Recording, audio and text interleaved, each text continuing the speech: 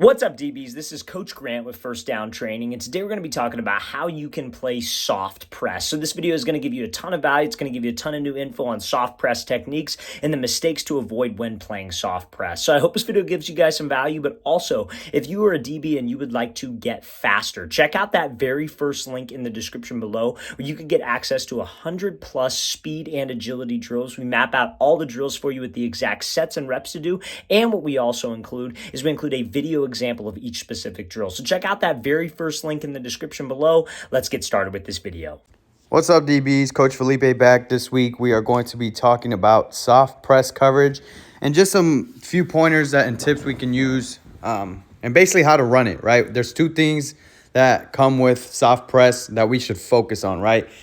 Obviously, we are not in hard press. Hard press and soft press, they're different because in soft press, you're allowing a little bit of wiggle room, a little bit of space between you and the receiver. Ultimately, so you have better vision on the receiver and you can match the receiver's release better. In hard press, we're typically right on this guy. We're looking to get hands on immediately, or at least as soon as we can. And we're working more on the lateral plane, right? Because the whole objective of hard press is to get my hands on immediately to try to disrupt the timing and development of the route, disrupt the timing between the receiver and the QB, right? Soft press, that's not entirely our focus. Soft press, we got to match releases with our feet first because our hands aren't going to come till this guy, we're in phase, right? Right here, I'm in phase with him. He's broken my level. I've opened up. I squeeze the route, go make a play. Now, the two techniques we use in soft press, or that I teach at least, is a motor technique or a kick step / kick slide, right? I'm going to call it a kick step for this video because that's what we want to try to do, especially on outside releases, right? So I have a kick step technique coming from this cornerback right here, and a kick step is going to happen when a receiver releases me inside or outside. I'll do a motor technique, which will be shown on the next clip, when this guy breaks my cushion, right? He's releasing straight towards me. I got to still try to keep this little bit of space between me and the receiver, so I motor back in order to do that. Now here, the kick step, it's just as simple as kicking I want to aim at a 45-degree angle, just pushing off the opposite foot of his release, right? So this receiver is going outside. I'm going to push off my inside foot to get into that position. And the reason we want a kick step is because it allows me to keep the space between me and the receiver, and it allows me to keep my hips square to the receiver as long as possible. A lot of times, I don't have a clip up. I should have put one up of this, but you'll see commonly a DB, as soon as they get this receiver coming outside right here, they've opened up. And this guy almost does it right here, but he gets into another kick, right? This is where that kick slide comes into place. A kick step is more at a 45-degree angle. A kick slide is working more at a flat angle, right? Whether I'm laterally or my hips are still parallel to the receiver, he's working laterally, and if you're looking at it from a certain perspective. But he does kick. He gets two kicks, 1, 2, and then receiver's broken the level, his plane. Now he goes and matches the release and continues to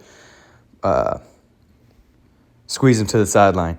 But yes, we have to be able to effectively match these type of releases with our feet. Give yourself that room, kick step, aim at a 45-degree angle, because if this guy, let's talk about if he goes inside.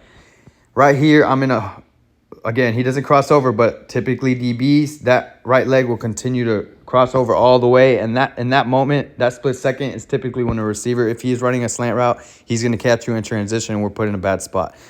Now, second technique would be the motor. So I get this receiver chopping towards me. He's breaking my cushion, but I got to keep that cushion, keep that space, and I want to keep everything in front of me, so I motor back. And this is a good example of a motor. I like his pad level. His weight is transferred forward. He's pushing off the toes just like we would on a pedal.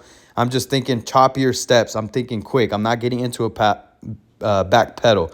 Keep them small. Keep your feet close to the ground. I'm really pushing off the toes.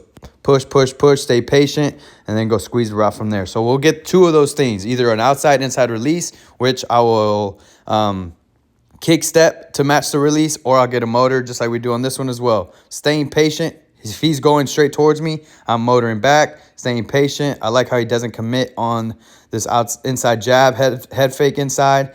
Ends up getting an interception here. But a good job of showing a motor technique, right?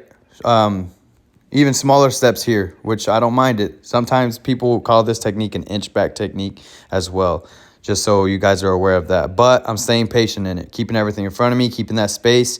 Once he breaks and commits to his route, go make a play. Now, one more rep here just of Alontae Taylor. I really like this rep, again, because it gives me a good demonstration for you guys to explain to you guys why we don't want to cross over, right? So he does a good job here, keeping that little bit of space. He sees he's starting to outside release, so he starts kick stepping at a 45, pushing off the right, the opposite foot of the receiver's release, gaining ground and keeping his hips square. Watch how his hips are square to the receiver the whole time, as long as possible. He never crosses over until the receiver has broken his level, and then he goes and squeezes the route, ends up making a PBU. Now here, I want to point out, again, if this guy decides to come inside, right, a lot of receivers, they'll give you a diamond release where they go outside and then quickly cut inside, or they'll do all sorts of different releases to manipulate you, thinking they're going to go outside. They slow pace it, and then they cut aggressively into the inside, the slant route. But if I keep my hips square right here, if he decides to go inside, I can use my hand. He has to go through my body. I've allowed myself to play both routes, still the fade and the inside. But the moment I cross over right here, if Alontae Taylor were to cross over, he's in a bad spot, and he gives up the inside completely. As soon as we cross over, we're basically telling that receiver, go ahead, go inside. We got to keep our hips square as long as possible. We do that by matching the release with our feet, getting in a kick step if he's releasing outside, getting in or inside, and getting in a motor if he's releasing straight towards me. But all right, DBs, I hope you guys enjoyed the video. I hope it helped you guys out. Excuse me. If you want more tips, leave a comment. Leave a comment on all the socials, whatever video, this video, Instagram, whatever it might be. But let us know. I'll make videos on what y'all want to see videos on, right? This is for you guys to be educated and for you guys to learn. But hope y'all stay blessed. Y'all keep grinding, and y'all have a good one.